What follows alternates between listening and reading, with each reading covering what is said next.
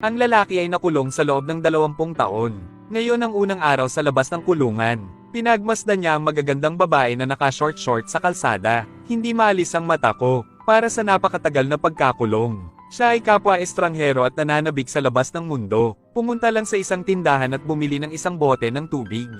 Sa checkout, gumuhit ng lumang tala na matagal nang wala sa sirkulasyon. Napatingin ng cashier sa kakaibang lalaking ito. Mahiyain na kunin ito. Pumunta sa tanggapan ng kalye upang magulat sa gobyerno. 4,527 Cheng Doji. Hinayaan siya ng direktor na magpahinga ng kaunti. Ngayon lumabas ka, malaya kang tao. Binigyan siya ng 3 taong pagbabawas ng sentensya para sa mabuting pag-uugali sa bilangguan.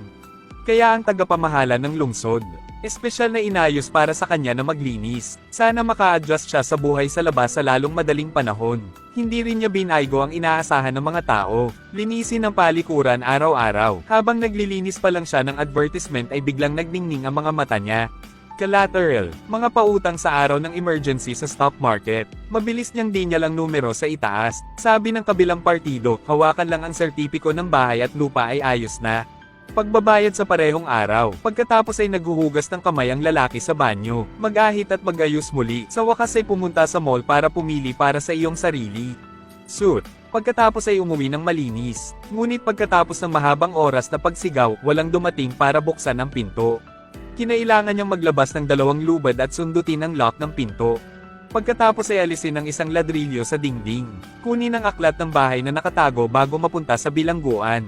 Tignan mo yung pangalan ko pa rin yon. Sa wakas nakahinga ng maluwag. Pagkatapos ay isinangla niya ang bahay at kumuha ng 1,000,000 na cash. Gumastos siya ng 10,000 yuan sa isang laptop. Simulan ng pangangalakal ng mga stock sa mga kaibigan. Pagkatapos ay pinagsalikop niya ang kanyang mga kamay. Dalangin ko sa Diyos na matagumpay kong maibalik ito. Tingnan lamang ang mga stock na ito. Nasilaw siya sa zigzag K-line chart. Ngunit naunawaan niya na ang pula ay kumakatawan sa isang bull market. Ang asul ay kumakatawan sa isang bear market. Dito ko nilagay lahat ng ari-arian ko. Kapag nawala ka, hindi mo na ako mahahanap. Pagkaraan ng ilang sandali, ang stock market ay nagsimulang bahagyang magbago. Tumalo ng kanyang puso sa kanyang lalamunan. Hindi ko na kaya. May konting pasensya ka, ginagarantiya ko nakikita ka. Mula noon, hindi na siya nasisiyahan sa anumang ginawa niya. Nakatitig lang sa computer araw-araw. Pagtingin sa blue screen, galit niyang tinapik ang hita. Sa pagtingin sa berdeng damo, ang kanyang puso ay labis na naiinip. Umuwi ka na at ilabas mo lahat ng pulang gamit. Kahit nakasuot ng pulang damit, ang pampublikong banyo ay inayos niya bilang isang silid para sa kasal. Pagkatapos ng maraming mahirap na panahon, ang buong bagay ay talagang pula. Nakatanggap din siya ng magandang balita. Ito ang iyong stock. Tulungan siyang kumita ng 160,000 kada araw. Pagkatapos ay huminto siya sa kanyang trabaho sa paglilinis. Simulan ng iyong mayamang buhay. Sumuko. Nagsimula siyang pumunta sa mga high-class club para magbabad sa mga hot spring at kumain. Agad na lumitaw ang kapaligiran. Pagkatapos ay pumunta siya sa tindahan ng 4S para pumili ng mamahaling sasakyan. Sumakay siya sa isang bagong Porsche sa halagang 2.1 milyong yuan. Sa mga nakalipas na taon, ganito ang paghihirap niya. Sa wakas ay buksan ng tugatog ng buhay. Sigaw ng lalaki mula sa kaibuturan ng kanyang puso. Mayaman ako, masaya ako.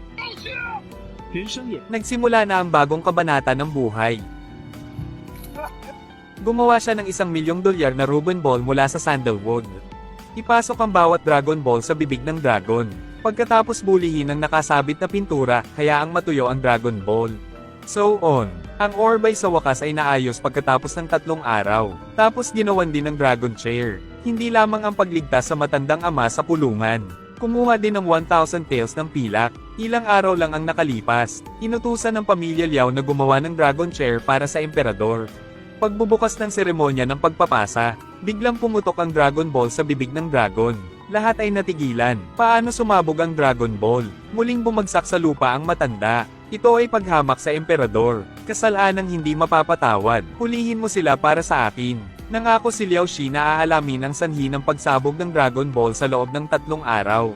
At ayusin mo itong Dragon Ball. Umuwi ka na. Gumawa siya ng Dragon Ball nang hindi natutulog. Pagkatapos ay buksan ng bintana para sa ventilasyon. Sumasabog pa rin ang Dragon Ball pagkatapos ng ilang oras. Alalahanin ang nangyari kanina. Nagsaksak siya ng steak sa bawat butas. Hanggang sa masuri ang huli. May nakitang nakaharang sa loob. Buong lakas, inilabas niya ang isang malaking tela. Nakablock kasi yung vent. Ang hindi regular na pagpapatuyo ay nagiging sanhi ng pagkabasag ng Dragon Ball. Mukhang may nag-setup sa kanila this time. Matapos malaman ng dahilan, gumawa siya ng Dragon Ball mula sa rosewood. Gamit ang mahusay na pamamaraan ni Patriarch Luban. Ilagay ang Dragon Ball ayon sa paraan ng Mortis at Corona. Pagkatapos ay gamitin ang panlabas na init upang matuyo ang Dragon Ball. Makalipas ang 3 araw, matagumpay na naayos ang Dragon Chair. Buo pa rin ang Dragon Ball. Oo naman, sa loob ng 3 araw, naayos ang Dragon Ball. Namangha si Deep, kaya pinalaya ang kanyang ama. Pagdating niya sa bahay, tinanong niya ang kanyang anak, paano ginawa ang Dragon Ball na yan? Sabi ni Luhay sa kanyang ama, gumagamit ako ng eucalyptus wood para gawin ang corona. Pagkatapos ay ipasok ang Dragon Ball sa bibig ng dragon.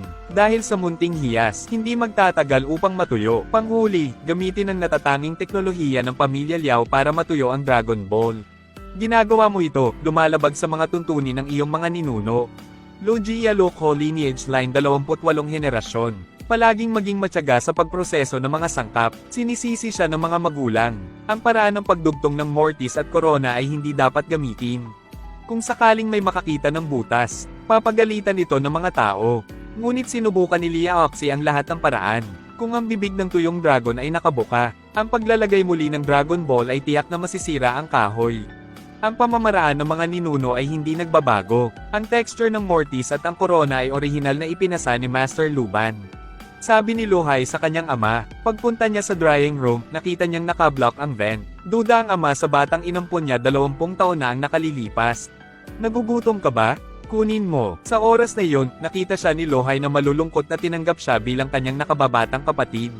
Ngunit ito ay ang puting mata na lobo. Wasakin ang pamilya Liao gamit ang iyong sariling mga kamay. Kung gayon, nasa panganib ang pamilya ni Lo. Gusto niya ang buhay ng pamilya Liao.